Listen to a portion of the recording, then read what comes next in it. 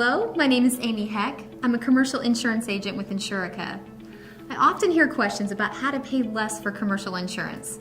Even in this soft market, insurance rates are high, and not paying more than you need to is certainly a priority. Having the lowest price isn't always the most important thing in insurance. Having the proper coverage is imperative. The other day I spoke to a trench digging company who was very proud about their low insurance rates. When I looked at their policy, I realized they had a subsidence exclusion, which excludes claims involving earth movement. I would say a trench digger needs to have coverage for earth movement. So assuming you have proper coverage, what can you do to get those rates down?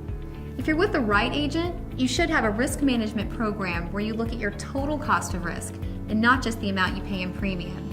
There are so many things that go into creating a customized insurance program, but I'm going to touch on 3 things that you can do to potentially lower your premium without sacrificing coverage. Number 1, get underwriter feedback.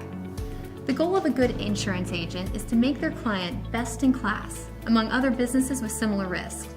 Businesses in the best class get the best rates. At Insurica, we have a process that, over time, can help them achieve that status. We also get feedback from the underwriter of a carrier and ask, what can we do to make this a more attractive risk? I spoke to an underwriter on behalf of a client recently who said, I'm really uncomfortable with a certain aspect of what your client does.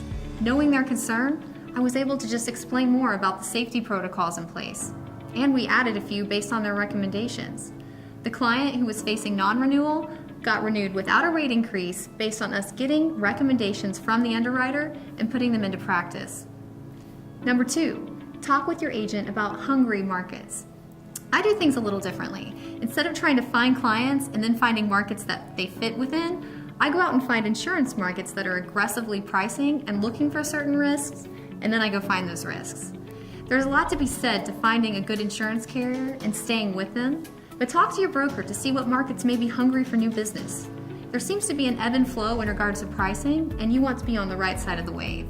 Number 3, update your policies. Often when I'm reviewing policies, I'm told to just quote based on what they had before. Before I will bind a policy, I insist on going over the scheduled list of vehicles, drivers, and properties. You may find you're paying premium for equipment you no longer own or not have coverage on equipment you've purchased. Same with your employees. Make sure you have an up-to-date list. Bottom line, make sure you're with a good agent who isn't asleep on the job or apathetic.